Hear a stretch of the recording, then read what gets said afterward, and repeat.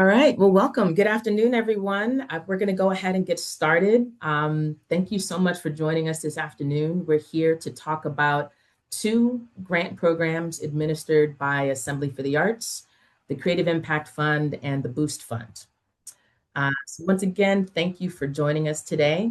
We are recording today's session, and there is a live transcript available. So a link to a fully recorded version of this session will be added to our website, and you'll be able to access it there for additional questions.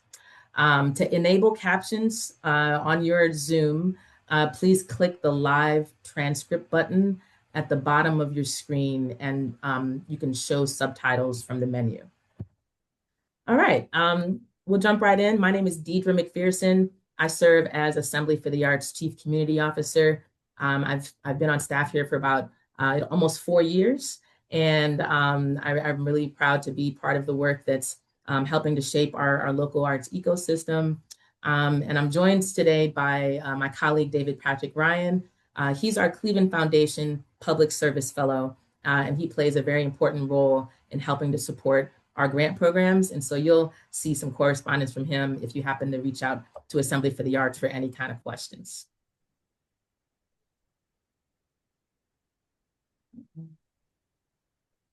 Okay. All right. Let's take a look at our agenda here today. So I'll tell you a little bit about Assembly for the Arts in case you're not familiar with our work.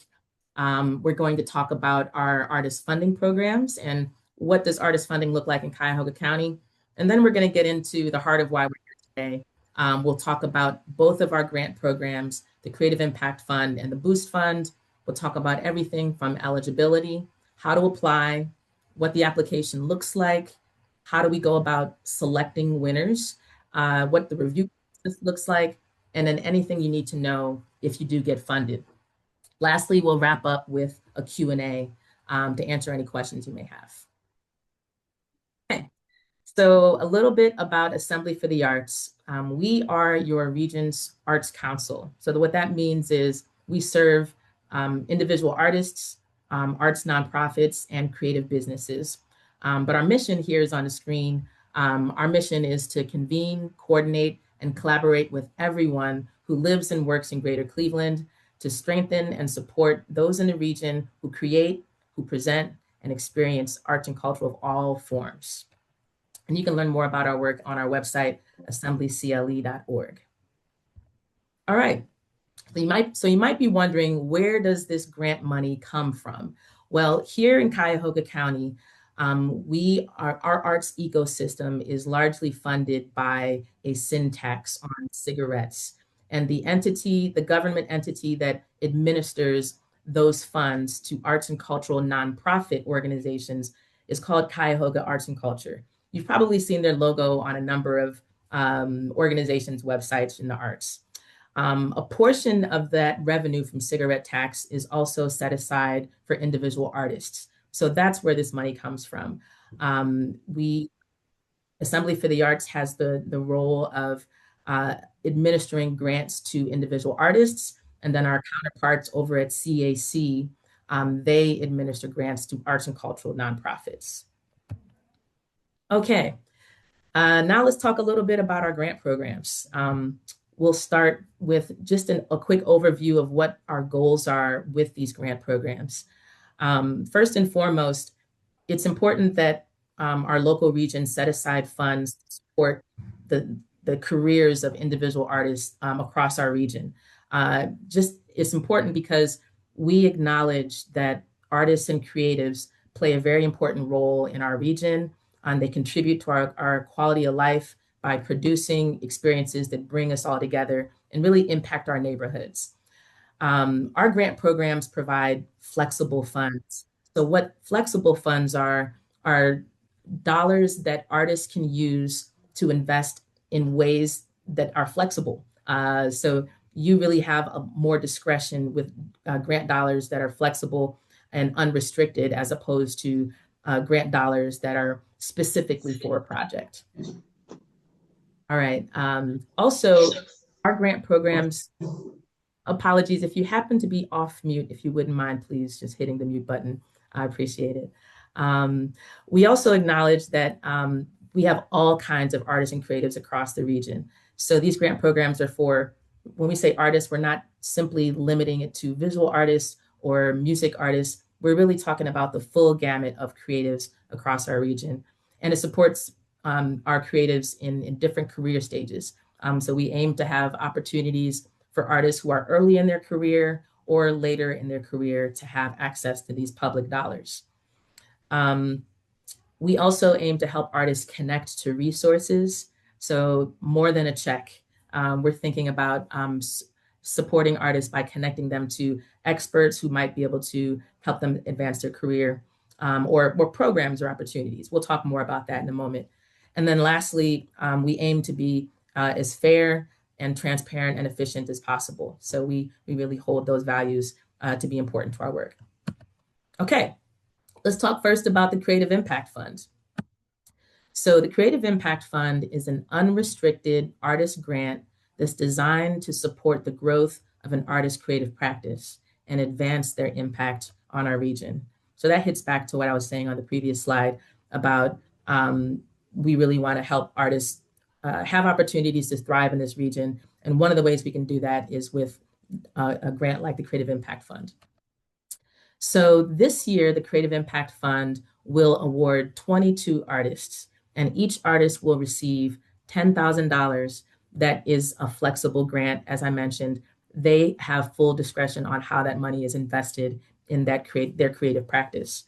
In addition to that check, they'll also get a 1-year Assembly for the Arts membership, which comes with a variety of benefits, including admission to discounted or free admission to various events, and just word about special opportunities. We also offer marketing and promotional support. So we're really proud of our grantees, and we like to promote them, connect them to opportunities, and just share more about their impactful work in our region. And lastly, we also provide business and professional development support. We work with some really great partners at COSI, at Jumpstart, and both of those are nonprofit organizations that support entrepreneurs in our region. And our work with them is really rooted in ensuring that artists and creatives are part of that entrepreneurial landscape in our region, realizing that artists and creatives are entrepreneurs. You are your business as an artist. And as I mentioned, we also connect our grantees to special opportunities with various institutional partners, or just connect them to one another. That's really important to us, for people to feel like they have good collaborators and they can reach their goals. All right, so important dates for the Creative Impact Fund. The application opened back on May 13th, and it remains open until 11:59 p.m. on Friday, July 17th. I encourage you not to wait until the last minute to submit your application. Try to get it in before the late hour before the application closes. There's a long review process involved with the grant program, this particular grant program, and we'll get into why, but it's a 3-month scoring period. We anticipate receiving a large volume of applications. I want to say that last year we got about somewhere between 400 and 500 applications for this grant program. And so the panel, the jury, will review all of those applications very, very carefully over the course between August and October. And then right before the end of the year in November, we'll be notifying all the applicants of the panel's decisions. Okay, now I'm going to shift over to the Boost Fund. This is a very different program than the Creative Impact Fund. This grant program is really about supporting an artist's creative practice with a modest boost of funding that can be used for projects or other artist-specific needs. So with this program, we're going to be granting 144 artists with $1,500 each. And the way we're doing that is in 3 cycles. We just completed cycle 1, and we selected 48 artists. There's going to be a cycle 2 that opens in July of this summer, and a cycle 3 that opens in the fall. And I'll share those specific dates. But this grant program, what's different from the Creative Impact Fund, is that it uses a random selection process, basically like a lottery system. And I'll talk a little bit more about why in a moment, but this program, it's really about being equitable and leveling the playing field so that everyone has an opportunity to receive or be awarded grants, as opposed to having more subjective selection processes as is required with a jury. So you'll access the Boost Fund from our website, assemblycle.org/boost. All right, so as I mentioned, there are 3 cycles associated with the Boost Fund. We just completed cycle 1 in the spring. On April 13th is when those applications closed. We're actually going to be announcing those cycle 1 grantees, those 44 artists that were randomly selected, very, very soon. So congratulations to them. This summer, cycle 2 is going to open on July 24th, and it'll be open for about a month. And then cycle 3, we'll have a fall cycle that opens October 21st through November 19th. You might be wondering, can you apply multiple times? Absolutely. That's part of the point. We want you to apply multiple times. So if you didn't get awarded or randomly selected in cycle 1, you still have 2 more opportunities in cycle 2 or cycle 3. So notifications following the close of each of these cycles is made within about 30 days. And that really depends on a couple of factors in terms of receiving all the paperwork and information from those selected grantees. All right, so I mentioned, again, 48 artists per cycle, 144 artists over the course of the year will get $1,500 in the form of a micro grant. Okay, so for both of our programs, the eligibility looks the same. Who is eligible? Artists who are ages 18 or older, artists that are residents of Cuyahoga County, and artists that are actively creating. And that you have to be an individual artist. So while you might have your own nonprofit organization, or you might have an LLC or a business, these grant programs are specifically for individual artists. So you're going to apply as an individual artist, even though you may have a business or nonprofit. And then lastly, we've been in the business of offering grant programs to artists for many years. And what we like to see is new artists being awarded each year so that it's not the same people. We're trying to spread the love, spread the opportunity here. So for that reason, if you have received a Cuyahoga Arts and Culture or CAC funded artist grant within the last 5 years, so starting back in 2021, from any of these programs, we ask you not to apply for these grant programs because you will not be eligible. Those programs include the Creative Impact Fund from Assembly for the Arts, the Room in the House Fellowship from Karamu House, the Urgent Arts Fund from Spaces, or Unidos por el Arte from the Julia de Burgos Cultural Arts Center, and then lastly, the Premier Fellowship or Individual Artist Fund from Cleveland Public Theater. So if you've been awarded any of those programs, that's fantastic. We ask you not to apply for our grant programs because we're trying to spread these opportunities to artists who have never gotten these opportunities for funding before. There is one exception, and that is if you got a micro grant, the 2025 Boost Fund, you are still eligible for the Creative Impact Fund this year. And that's because it's a substantial difference in those grant programs from a $1,500 micro grant versus a substantial $10,000 grant. All right, let's talk a little bit more about eligibility. And you might be wondering, how do we define the word artist? It's such a word that people use very differently. So let's talk about that for a moment. Our definition of an artist is an independent professional who derives income from creating, performing, teaching, or supporting the development of creative work in any of these creative disciplines: craft, dance, design, film, interdisciplinary art, media, music, theater, performance, traditional or folk art, visual art, and the literary arts or writing. We unfortunately are not able to include hair and makeup stylists or barbers or culinary artists. So it's not that we don't believe that they're creatives, but because we have a limited amount of funds to administer these opportunities to artists in all of these other fields, we're not able to also include these professions, these creative professions. All right, this is a more detailed list of those disciplines I mentioned are in our definition of an artist. Don't feel like you have to take a screenshot or memorize this. When you visit our website and you begin to apply for these grant programs, you will see this list in the guidelines for each program. But we recognize that all of these creative professions have subcategories, if you will.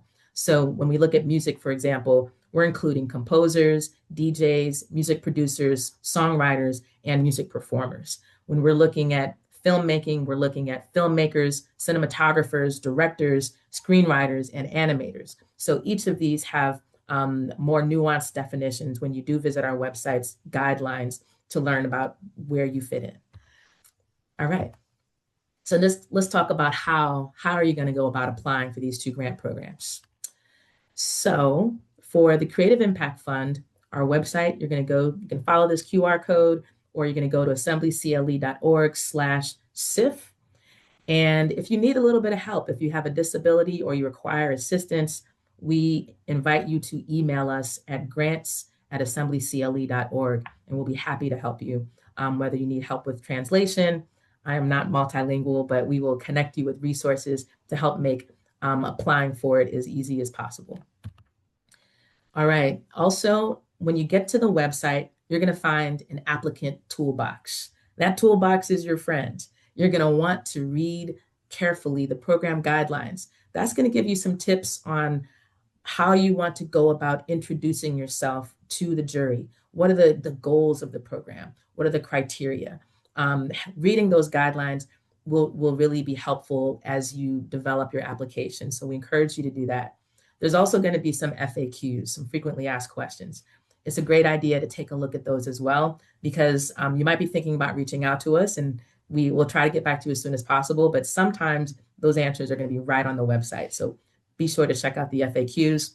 And then there's work sample guidelines. We're going to talk about work samples in a few slides, but these work sample guidelines will just give you some tips on how to go about selecting a number of work samples to accompany your application for the jury to review. You'll also find important dates. What are those deadlines? You're not waiting until the last minute to submit your application, but you'll find the deadlines and the various timelines associated with the program on this page. And then there's also the apply button. All right, for the Boost Fund, it's a very similar drill. You're going to go to the Boost Fund webpage. You're going to find an applicant toolbox, and you're going to review these materials, the guidelines, and the FAQs to see if there's some content that could help you with your application. You'll also find important dates associated with each cycle. Again, there's 2 cycles remaining for this year's Boost Fund, one in the summer and then another cycle in the fall.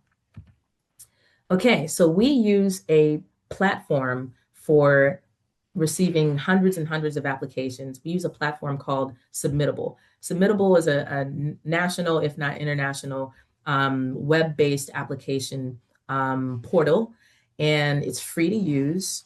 And when you are on either of those web pages for the grant programs, and when you click the apply button, it's going to ask you to set up an account. If you don't yet have an account, you can use your Google or your Facebook, or just set up an account with your email address. If you already have an account, you're in luck. You can just revisit logging in and access the application as soon as you log in. You'll be asked, as I mentioned, to set up an account. I encourage you to safe list notifications. So once you're working on your application and submitting it, all of the correspondence from Assembly for the Arts will come through this platform. It'll come from Submittable. So that's why you're going to want to safe list those notifications so that you don't miss any communications from us. All right. And of course, you'll save your login so that you can easily log back in. You can save your application along the way. So if you wanted to start it tomorrow and work on it over the next few weeks, you're welcome to do that. All right. Again, you're going to want to prepare your application especially for the Creative Impact Fund. That is a more extensive grant program. As I mentioned, you're going to review those guidelines and those questions. There are a few narrative questions that we'll talk about in a moment. It's a good idea to review those questions and familiarize yourself with those in case there's, it might help inspire your responses. And then another good practice in Submittable, it's an excellent platform and it saves your work along the way. But oftentimes you might find it easier for your narrative essay questions to do it in a separate platform. So, type and draft those narrative essay questions in a separate document like Google Docs or something. All right. So once again, once you've set up your Submittable account and you click the apply button, you're going to get to a landing page that's the Assembly for the Arts grant application portal.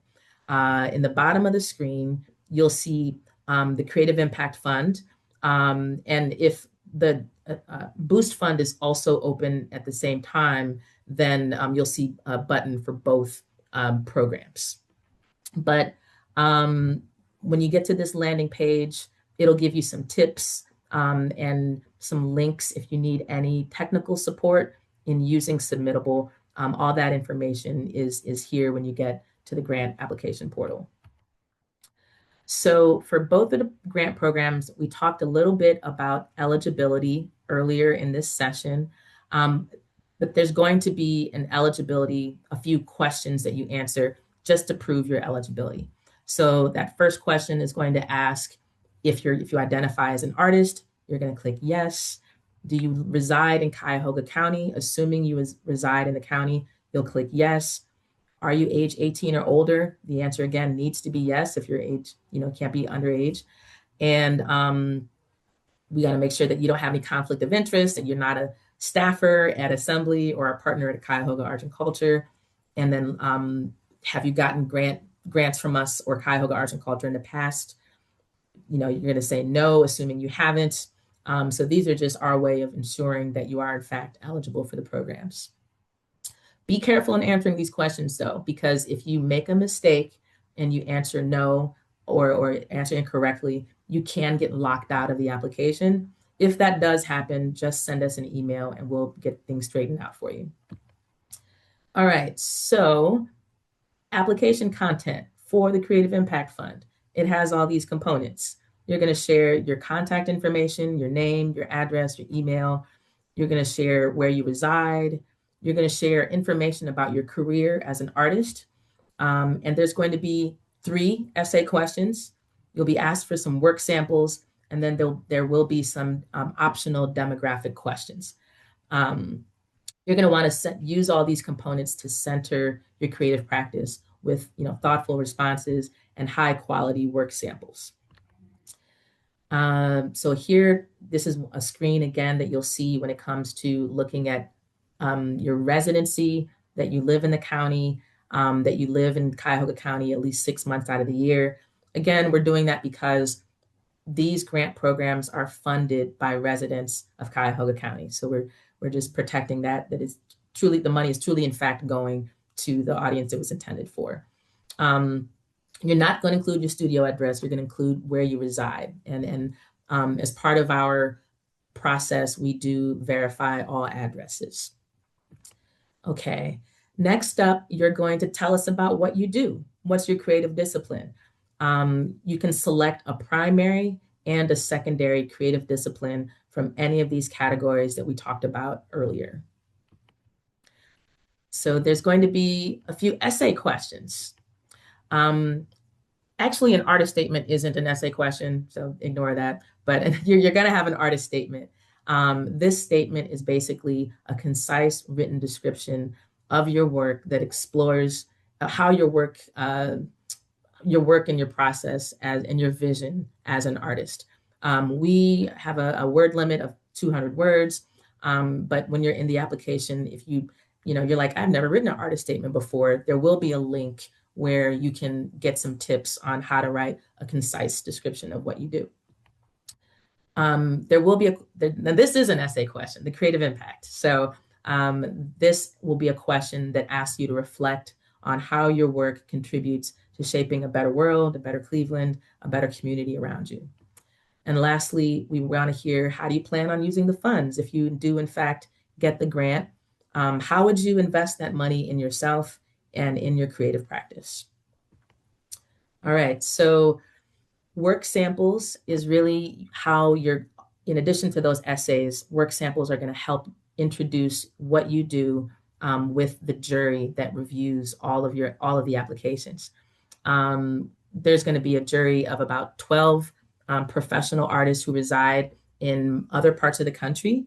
And one of the reasons why we do that is well, to introduce artists to people outside our region and also to reduce bias. So it's helpful to have eyes from outside of Cleveland reviewing your work and helping to evaluate it for this grant program. But when it comes to work samples, you're going to have a minimum of 5 and a maximum of 8 work samples. And these can be images, audio, video, written, or digital content that's from your work. You're going to try to keep your work samples as anonymous as possible. We realize that you're not going to be able to keep everything anonymous. For example, if you put up a web link and it has your name in the header on the website, we understand that, but we ask you to try to keep your identity as anonymous as you can within reason, so that, again, we can reduce bias. So your work samples represent your body of work. And so this is a screenshot of what you see when you get to that page. Moving on to the next slide. I mentioned all the various types of media that you can upload as a work sample. These are going to be attached to your application. We ask you to use a naming mechanism, create a file name for your files, for your work samples, that includes the title of the work, the medium of the work, and the date of the work. So for example, if you have an artwork or a song or a piece that is titled The World Within, and maybe it's illustration and it was done in 2023, that will be how you name the file. When you get to this part of the application, it will have really careful instructions on how to go about uploading samples and tips so that you do everything correctly. All right. You're also welcome to upload or include web links to samples of your work.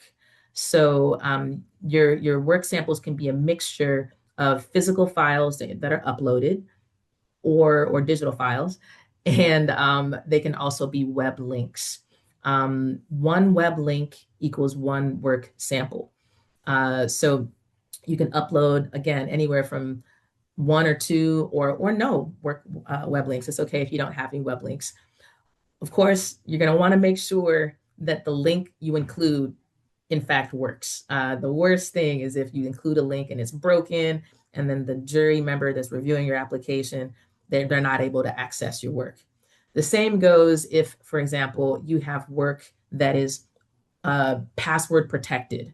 So, for example, if you have a film and it's on Vimeo, but it requires a password, or another platform that requires a login, you're not going to want to include that as a work sample, especially if it's behind a paywall. Okay, a few more work sample tips for you. You're going to want to make sure your work stands out. Select samples that are bold, that are unique, impactful, and really create a cohesive portrait of you and your work as an artist. Also, make sure your work is well documented and professional. Consider using professional photos or high quality video or audio recordings. Include files that are high resolution and maybe aren't grainy or difficult to view. Or same goes if your content is something that you read or listen to. Make sure that it's of a good quality so that you make a good impression on the jury that's reviewing your application. And keep in mind that we're going to have hundreds of applications, and each panelist or jury member will be reviewing many applications. So you're going to want to keep your content very succinct. Don't include excessively long videos, audio, or writing. And here's a couple recommendations for that. For video and audio, trim it down to about 3 to 5 minutes. And for written content, keep it to a maximum 12 pages. All right, now let's shift gears and talk about the Boost Fund. So the Boost Fund is a very different grant program than the Creative Impact Fund. It's a much more simplified application with fewer components. You're still going to answer eligibility questions, share your contact info, where you reside, and what neighborhood you live in. And there will be a question about your creative practice that is really just an overview, kind of like an artist statement, if you will. And then the application will ask for one web link to your work. So one website. It doesn't have to be your designated website, but somewhere a link that directs that we can prove that you are in fact creating work. Lastly, it'll ask a little bit about expenses. How would you use the $1,500? And then optional demographic questions. Okay, so the creative practice question is once again very, very simple. The question will be simply to tell us about your work, talk about your artistry and creative practice, and you'll write a brief essay in that space. And then you'll be asked to include a web page or an online source that showcases your work. And that's it.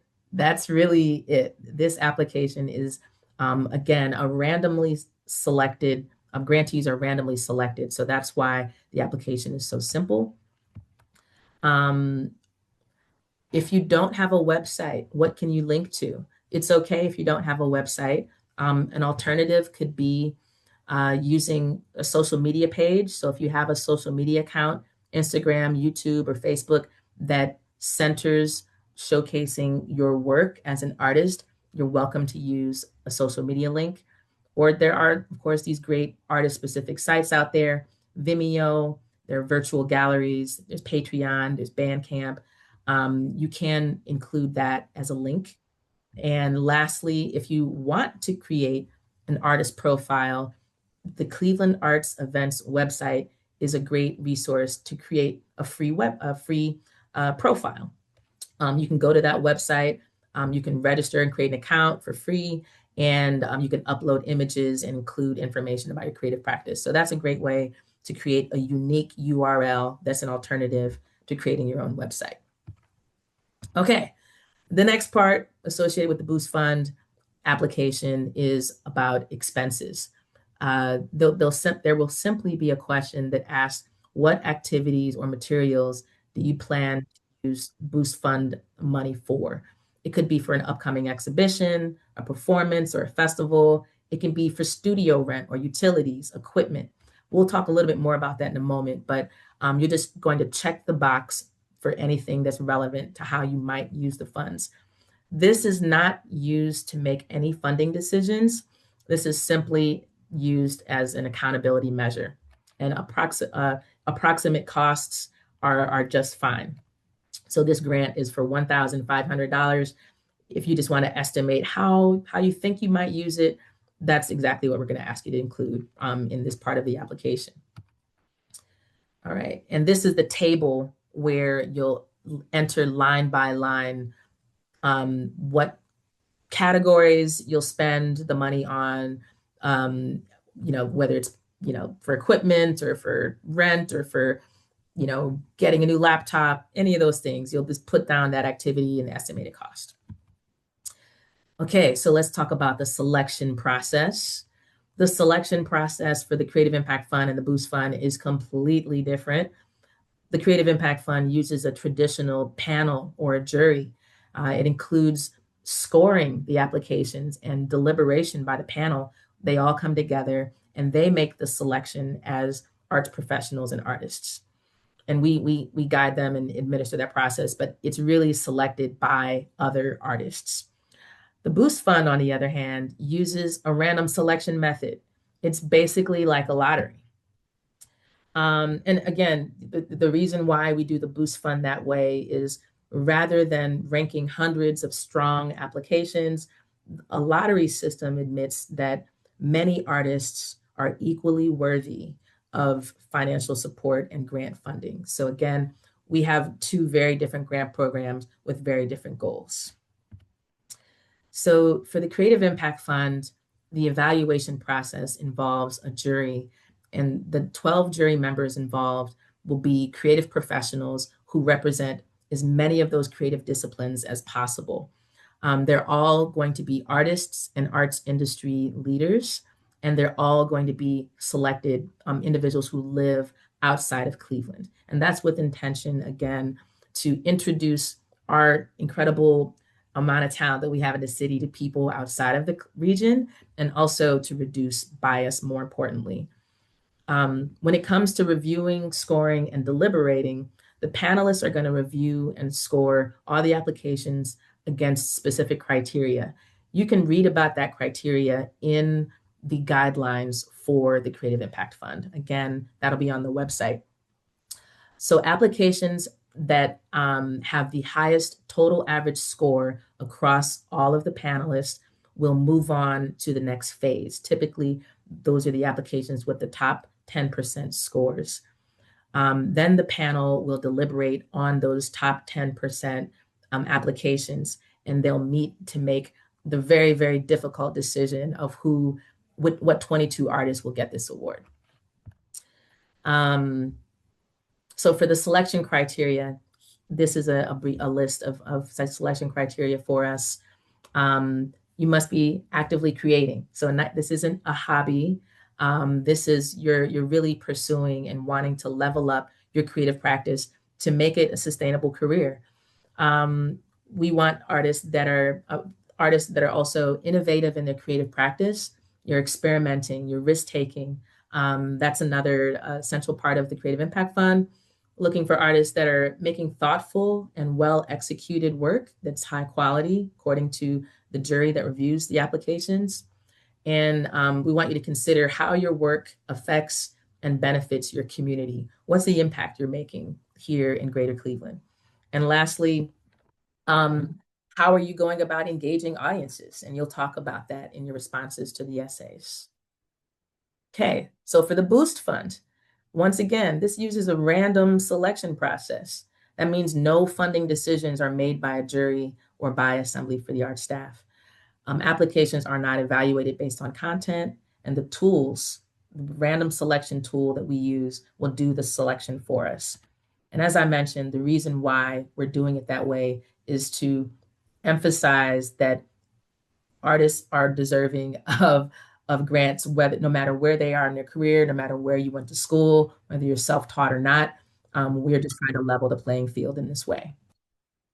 Okay, so what if you are in fact awarded a grant? What do you need to know?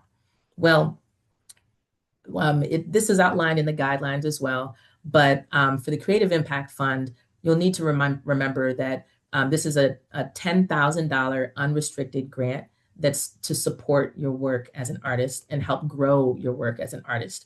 So here on the screenshot is an example of what are the eligible and ineligible expenses that these funds can be used for.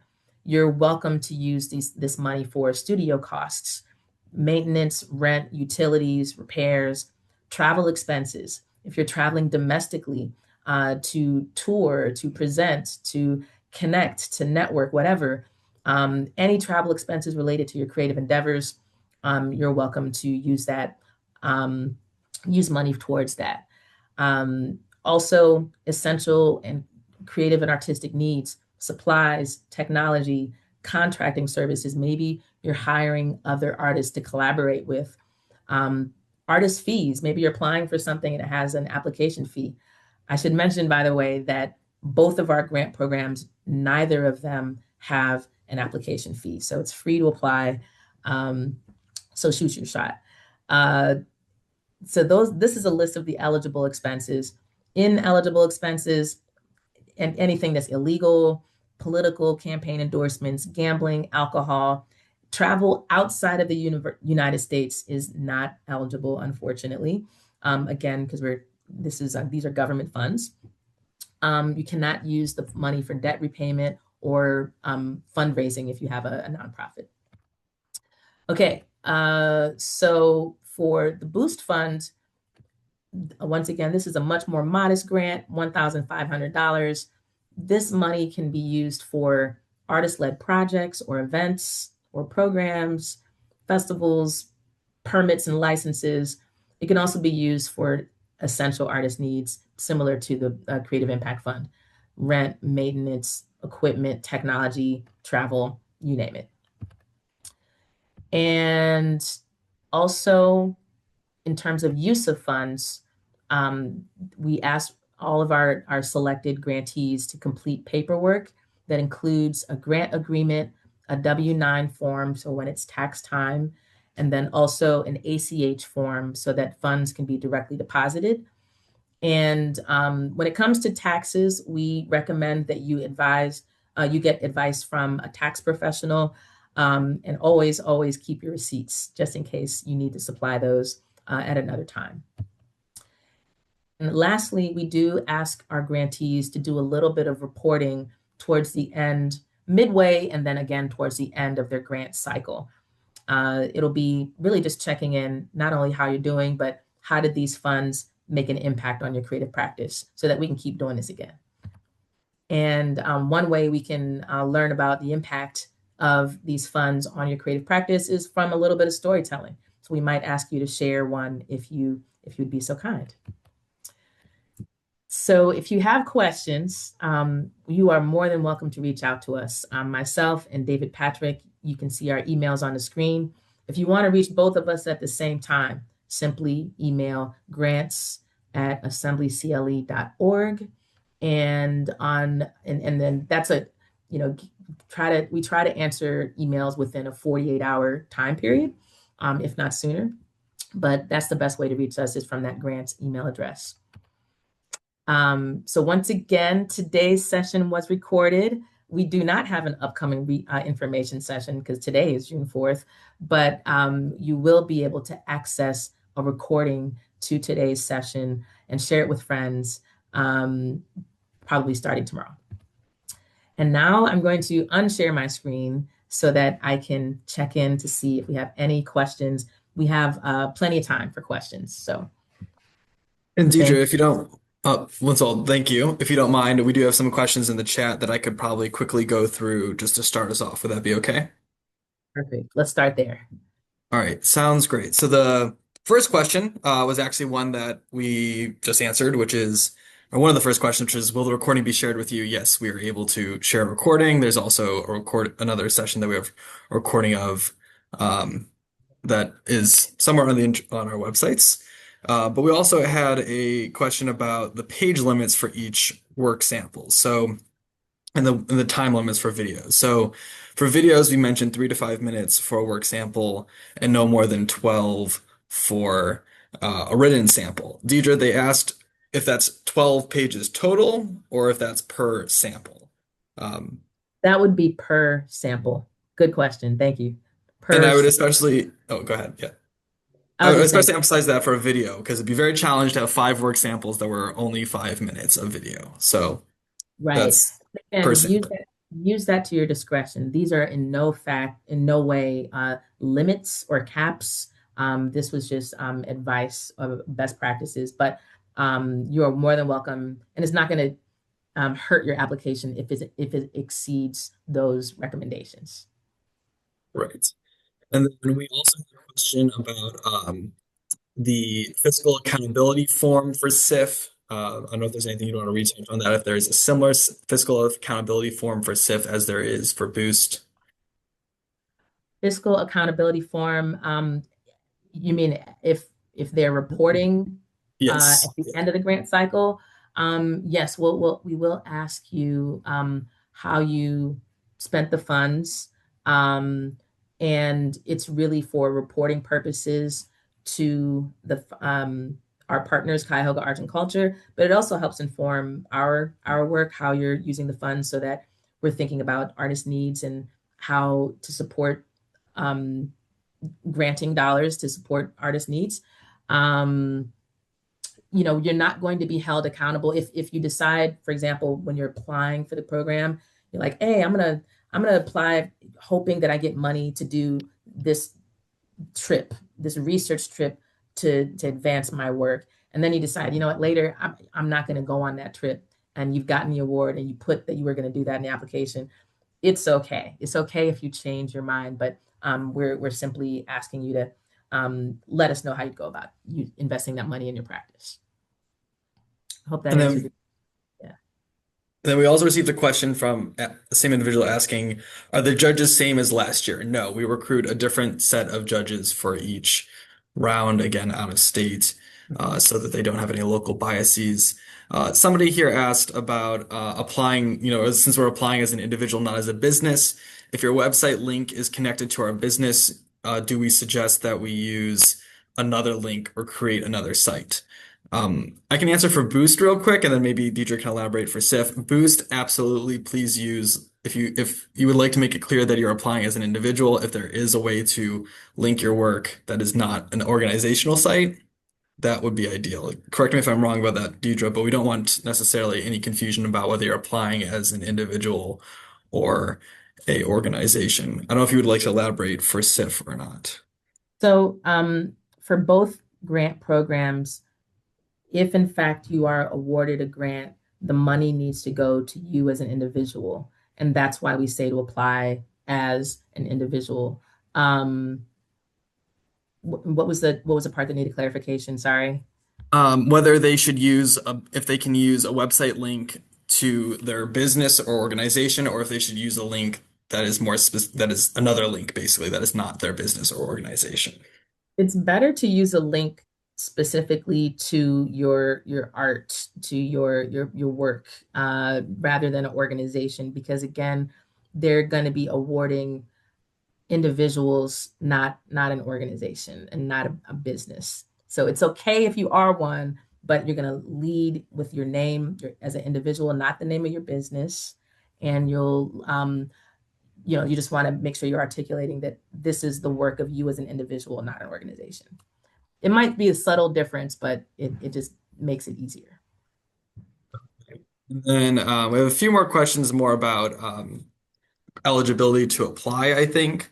We have one from an individual asked that I'm not really sure what they're asking. I'd have to maybe ask them to unmute to clarify. They said, if you applied for an emergency grant a year ago and now you want to apply for the creative impact and you do so, if this was from R. Knight Gray, could they possibly unmute and clarify what they were suggesting?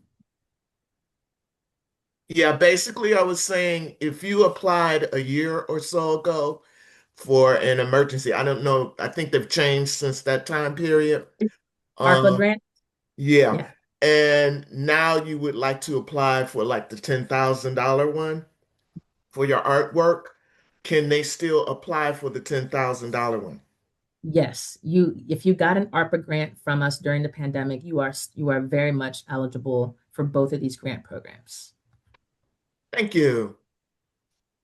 And then I'd like to pivot for a second. We have a hand in the hand raised. Yifan, would you mind unmuting and asking your question? Yes, I want to ask, do you provide working visa for foreigner? I'm sorry, say that again for me, please. Do you provide working visa for foreigner? So we unfortunately we do not. We When you're applying for the grant programs, you'll need to have a social security number, or there's an alternative to that if you may not have citizenship.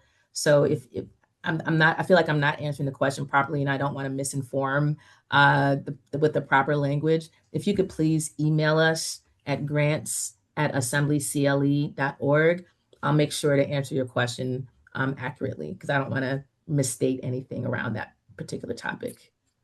Uh, okay, thank you. Thank you.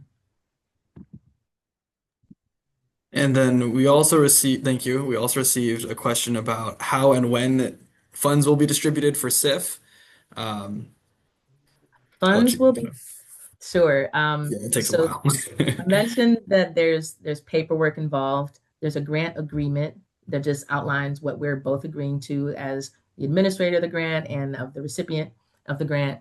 ACH form so that we can do direct deposit and a W-9 form for tax purposes. So once we receive all that information and we administer that paperwork electronically, we try to cut the check for all the grantees at the same time. So we're waiting to get everyone's paperwork back. Typically, so for the Creative Impact Fund, awardees will be announced in November. We will celebrate them at an event in December, and then the funds will be only a percentage of the funds, 9,000 out of the 10,000 will be administered immediately to the artist. So within 30 days of receiving all the paperwork, that's when direct deposit will occur. I think I answered the question. Yeah. All right. And for the Boost Fund, it's a much shorter turnaround time because it's a random selection and a lottery. There's no panel or jury involved. All right. And then we also received another question, I think, about a group project. So they said if they received a previous grant as a group project but not as the lead artist, is that appropriate? I don't know if any of, Deidre might have more information on this, but I don't know if any of the CAC funded artist support grants that would disqualify you from receiving the Creative Impact Fund. I don't know if any of those were group projects. I don't believe so. Deidre, do you have more information on that? I think of those grant programs that we shared, Spaces might have been one that you could apply as a collective.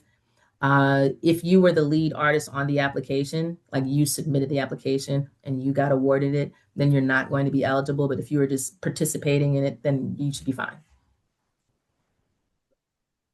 Okay. And then we have two more that just came in. We had, does the CIF application ask for the artist's website link? Will the jury see that info? You can provide it as a work sample. We ask that you don't use a singular website as your whole work sample portfolio. But that'd be up to whether you choose that to be your work sample or not, Yeah. to answer that Each question. you'll have an opportunity to add up to 8 web links.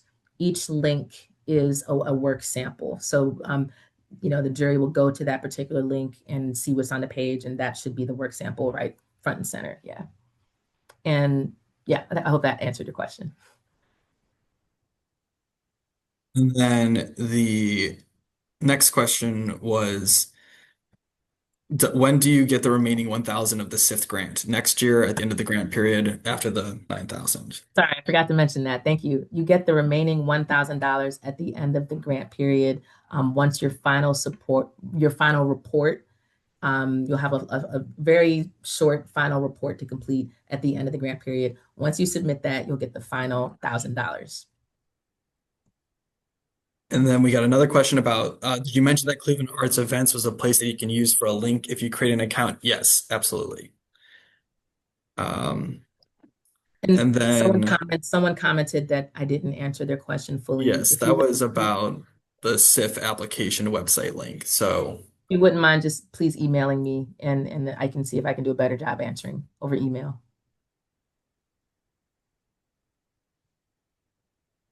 Okay. we have a hand raised. I'm going to let R. Knight Gray unmute, if that's okay.